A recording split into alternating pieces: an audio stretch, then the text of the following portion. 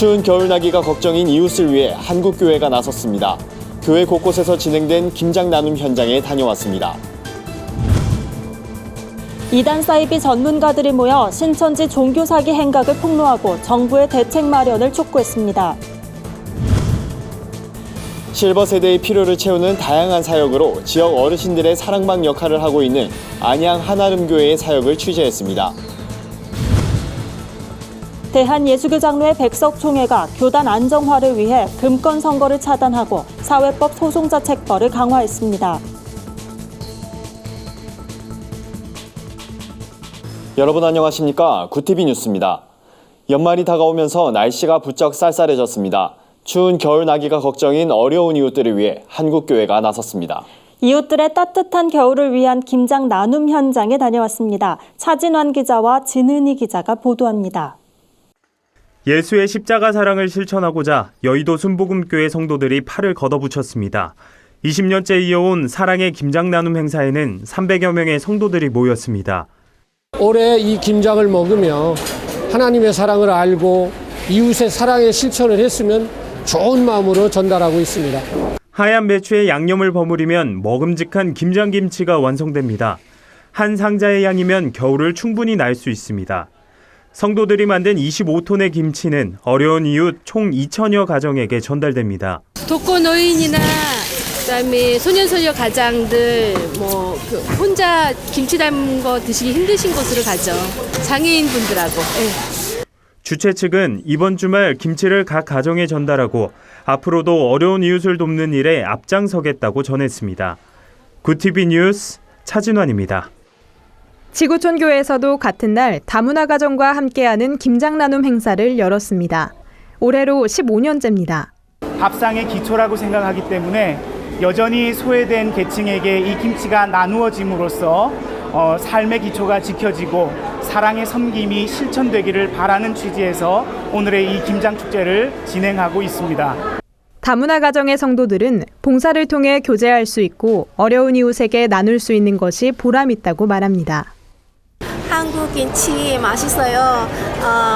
김장 친구들이 같이 만들어 진짜 재밌어요. 저는 한국 온 지 2년 됐어요. 근데 한국 문화는 진짜 좋아요. 다문화 가정 여성들이 지금 이 한국에서 정착하면서 그런 이런 서로 교제하고 이런 기회로 굉장히 기다린다고 오늘 아까 다문화 결혼 이주 여성이 나와서 얘기하시더라고요. 그래서 저희가 이 하루 봉사지만 이것을 기다리는 손길들이 있구나라는 거 오늘 또 새삼 해마다 하는 봉사인데 또 새롭게 느꼈고요. 지구촌교회는 14톤의 김치를 담가 지역사회의 어려운 이웃과 다문화 가정, 사회복지기관들에 전달할 예정입니다. 구티비 뉴스 진은입니다. 40년을 이어온 거짓 포교 활동으로 신천지의 교세가 날로 확장하고 있습니다. 그만큼 피해 사례가 늘어나면서 각종 사회적 문제를 야기하는데요. 세계 한인 이단 대책협회는 이러한 신천지 종교 사기 행각을 폭로하고 정부의 대책 마련을 촉구했습니다. 세이협에 따르면 신천지 포교 활동은 위장 단체부터 공공기관 불법 활용까지 더욱 치밀해지고 있습니다. 또한 최근 열린 신천지 수료식에 10만 명이 참석했다고 선전하며 신천지 내부 결속을 다지는 한편 포교 활동에도 적극 나서고 있습니다. 세이협은 전문가 의견을 인용해 10만 수료식은 거짓이며 약 2.5배를 부풀린 것이라고 밝혔습니다. 세이협 대표회장 진용식 목사는 정부는 신천지로 인해 일어나는 가정 파탄, 이혼 위기 등의 사회적 문제를 종교적 자유라는 이유로 방관하면 안 된다며 해외로까지 포교망을 넓히면서 대한민국의 이미지를 무너뜨리는 신천지에 강력한 대처 방안을 마련해야 한다고 강조했습니다. 주일도 아닌 평일 매주 100여 명의 어르신들이 모이는 교회가 있습니다. 경기도 안양에 위치한 한아름 교회인데요. 예배는 물론이고 성경 필사, 퍼즐 게임 등 다양한 활동으로 어르신들을 섬겨 큰 호응을 얻고 있다고 합니다. 고령시대 한국교회의 목회 방향을 고민해보는 구티비 특별기획. 이번 시간엔 지역 어르신들의 사랑방 역할을 톡톡히 하고 있는 안양 한아름 교회에 다녀왔습니다. 진은희 기자입니다. 한아름 교회는 매주 금요일 지역 어르신들을 위한 예배를 드립니다. 예배 시간은 오후 2시지만 교회는 2시간 전부터 어르신들로 가득 찹니다. 이렇게 매주 모이는 어르신들이 100명에 달합니다. 335 모여 담소를 나누는 어르신들의 모습에는 즐거움이 가득합니다. 예배 시작 전후로 어르신들이 재미있게 참여할 수 있는 다양한 활동이 펼쳐집니다. 소문 그림 찾기, 퍼즐 오리기, 성경 필사, 만두 빚기까지 반응은 가히 폭발적입니다. 어르신들은 성경 말씀도 배우고 치매도 예방할 수 있다며 적극적으로 활동에 참여합니다. 어르신들한테 한국교회가 개발했던 만들기, 쓰기, 그리기, 게임 방법들을 자연스럽게 적용을 하면 어느 교회에서든지 이거는 노년부의 활성화에서도 좋고 또 치매 예방 차원에서 교회가 한다는 좋은 이미지도 만들 수도 있고 그래서 노년부 영혼 구원을 위해서도 좋은 프로그램이 될 수 있다 생각이 됩니다. 이 목사는 실버목회가 특별한 프로그램이 있어야만 할 수 있는 것은 아니라며 주변에서 쉽게 얻을 수 있는 재료와 방법으로도 얼마든지 할 수 있다고 말합니다. 실제로 이 같은 교회의 열정적인 섬김에 신앙을 갖고 정착한 경우도 많습니다. 친구가 한 번만 가보자고 하더라고요. 나는 교회라고는 문 앞에도 안 갔어요. 따라와서 목사님 얘기를 들으니까 너무 고맙고 그냥 내 귀에 쏙쏙 들어오게 다 이렇게 말씀을 하시더라고요. 한 번도 안 빠지고 그냥 제가 일요일 날도 꼭 오고. 이 목사는 이곳에 오는 어르신들이 자연스럽게 복음을 접하고 예배로 회복되는 모습을 볼 때 가장 보람을 느낀다고 이야기합니다. 어려운 환경에서도 남다른 열정으로 어르신들을 섬기는 한아름 교회의 헌신이 도전과 감동을 전합니다. 구티비 뉴스 진은입니다. 대한예수교 장로회 백석총회가 금권 선거를 차단하고 사회법 소송자 책벌을 강화했습니다. 백석교단 분열 가능성을 사전에 차단하고 안정화를 꾀하겠다는 의도인데요. 예장 백석총회는 2차 실행위원회에서 그동안 잡음이 많던 부총회장 선거 제도를 대폭 손질했습니다. 공정성 확보를 위해 향후 선거에서는 후보 추천위원회를 둬 차기 정 부총회장 후보를 추천하도록 했습니다. 후보 추천위원회는 모두 7명으로 총회장이 위원장을 맡습니다. 총회장이 3명, 정책자문단이 3명씩 추천하고 추천위원회가 총회 한 달 전까지 후보를 단수로 추천합니다.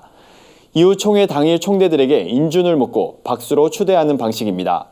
백석교단은 교회법 재판을 거치지 않고 사회법에 고소 고발하는 행위에 대해서는 면직이라는 초강수 책벌을 시행하기로 했습니다. 사회적 논란을 야기하는 소송을 원천 차단하기 위해서라고 교단 측은 설명했습니다. 오늘의 사회 이슈를 최상경 기자가 종합해드립니다. 오늘의 이슈 포커스입니다. 스티븐 비건 미 국무부 부장관 지명자가 한국이 중요한 동맹이지만 무임승차는 안 된다고 발언했습니다. 비건 지명자는 현지 시간 20일 미 상원 외교위 인준청문회에서 한미 방위비 분담 등 협상에 대한 질의에 이 같은 입장을 밝혔습니다. 부장관 지명자로서 방위비 압박 대열에 가세한 것으로 풀이됩니다. 비건 지명자는 주한 미군 주둔이 계속돼야 한다고 보느냐는 질문에는 그렇다고 답했습니다.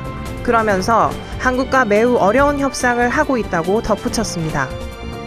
정부가 올겨울 미세먼지 감축을 위해 석탄 발전 가동을 최대한 중단하고 발전 출력을 80% 이내로 제한하는 상시 상한 제약을 추진합니다.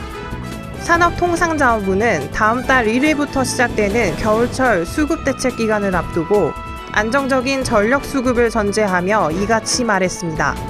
해당 조치는 지난 1일 범정부 차원의 미세먼지 고농도 시기 대응 특별대책에 따른 것으로 겨울철 수급 대책 기간 석탄 발전을 감축하는 것은 이번이 처음입니다. 국토교통부가 지방에 조성한 행복주택 공시 문제를 해결하기 위해 청약 미달 물량에 대해선 입주 자격을 대폭 완화합니다. 입주 대상 신혼부부의 혼인기간 요건을 7년에서 10년으로 늘리고 맞벌이 부부의 소득 상환 요건은 도시근로자 월평균 소득의 150%까지 확대합니다. 국토교통부는 이 같은 내용을 담은 공공주택 업무 처리 지침 개정안을 최근 행정 예고했다고 21일 밝혔습니다. 국토부 관계자는 서울 등 수도권의 경우 행복주택이 매우 큰 인기를 끌고 있지만 지방 일부 지역에서는 다소 청약 결과가 좋지 않은 것이 사실이라며 행복주택에서 공실이 발생하지 않도록 관리해 나갈 계획이라고 말했습니다. 유명 햄버거 프랜차이즈 매장 8곳 중 한 곳은 조리대를 불결하게 쓰거나 유통기한이 지난 재료를 사용하는 등 위생 상태가 나쁜 것으로 조사됐습니다.